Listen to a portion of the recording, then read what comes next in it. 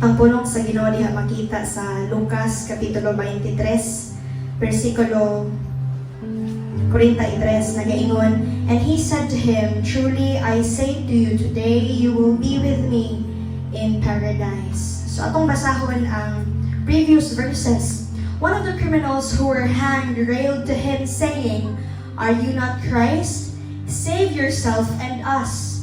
But the other rebuked him, saying, Do you not fear God, since you are under the same sentence of condemnation, and we indeed justly, for we are receiving the due reward of our deeds.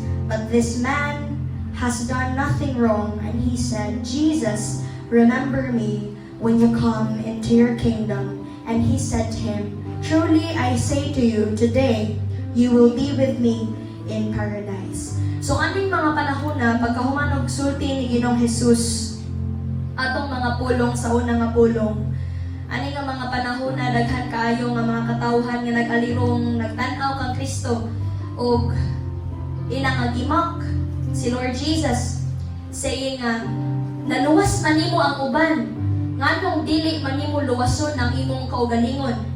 Dios man kaha ka sa Israel, Dios man kaha ka sa mga Hudiyo, nganong di man nimo kaya nga luwason ang imong kaugalingon. Ug niuyon usab ang iyang kauban nga biniriso nga naa sa iyang kilid. Nagaingon nga, luwasa imong kaugalingon, luwasa. Atong luwason atong kaugalingon, gamhanan man ka. Gamhanan man guro ka. So the question here is, dili ba gyud kaya ni Jesus nga luwason iyang kaugalingon? Dili ba gyud niya kaya nga luwason ang tawo nga kauban niya dito gilansang sa Golgotha? Is he not able? Di ba niya kaya? What the people saw that time is Jesus hanged on the cross. O wala nila nakita nga above in the heavens there were thousands of angels hovering. Pwede kaayo masuguo ni Jesus. Pwede na kayo si Jesus sa usa ka anghel nga. Ali diri tabangi ko. Pwede kayo musugo si Jesus sa mga angels nga nasa langit aron pagluwas kaniya.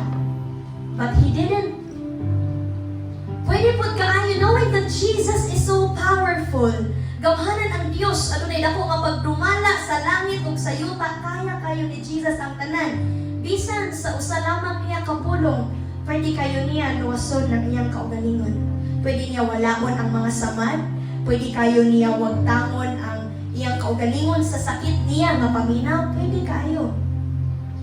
Jesus can, but He wouldn't. Kaya kayo ni Jesus pero dili niya buhaton. Why? Because before the foundation of the earth igsoon, ang Ginoo na anay plano sa pagluwas sa katawhan. Mahitungod kay ang Dios na isayod siya sa sinugdan hangtod sa katapusan. Sa wala pa lamang nahitabo ang kalibutan, kabalo na siya nga ang tawo makasala, ang tawo malaglag, ang tawo maadto sa impyerno tungod sa sala. Because the Lord is all-knowing. He is omnipotent.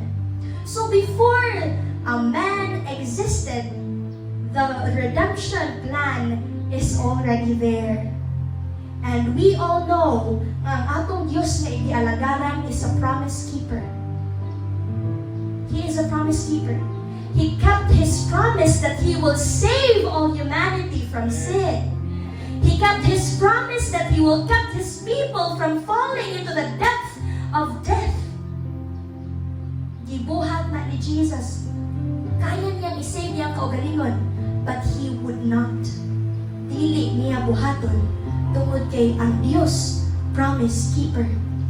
He will save you and I from the consequence of sin o ang kamatayon. And dili, ani nga storya ang kawatan nag-ingon nga luwas ako, but the other thief, iyang gi-acknowledge nga nakasala siya. Ngano man nato siya nga kanang alahigon sa atong sala nga ato raman nga naangkon ang consequence atong gibuhat. So ang usa ka kawatan ni angkon nga siya makasasala. Iyang giangkon nga siya nakasala ug siya ni tuo. Iyang gi-confess nga siya nakasala. We had what is due of our sins. Giangkon sa kawatan nga nakasala ta ug kaning tawhana walay sala. Wala siya gibuhat og dili maayo. So there makita nato ang pamaagi kung unsa maluwas ang tawo. Iyang isugilon ang iyang kasalanan ug mutuo nga ang Dios mao manluluwas. Ug tungod din atong mahigayon na igsoon, tungod kay iyang gikumpisal nga siya nakasala, ug iyahang giangkon nga siya nakasala, ug nituo siya nga si Jesus ang kaluwasan. Atong higayon na, wala na ingon si Jesus nga tomorrow. Wala na ingon si Jesus someday. Wala na ingon si Jesus after 2,000 years. Wala siyang ingon. But He said, today, you will be with me in paradise.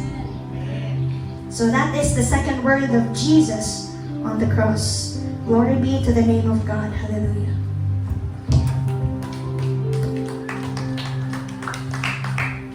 Hallelujah. Dalay ko na tungkoy nga Dios. Pagkanindot kayo sa pulong sa Ginoo. Hallelujah. So mga igsoon ato inumduman nga importante ang pag-accept, pagdawat nga kita makasasala.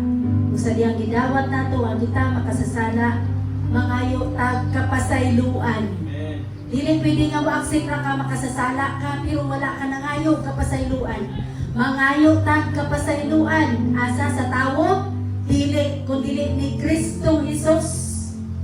Diha ta mangayo tug kay siya dunay gahom nga mopasaylo nimo. Wala siya lingon nga dili ta kapasayloon, kinahanglan makabaptismuhan. Ugma, atis ka na ako pasaylo. Wala. Pero diha dayon. Sa dihang ikaw nangayo kapasayloan, dili man ta sama sa kawatan, agilansang o gapit na mamatay. Sa dihang diha nangayo ta kapasayloan, limpyo na ta, sa diyang limpyo na ta, mga lagad ta sa Ginoo nga walay pag-ukang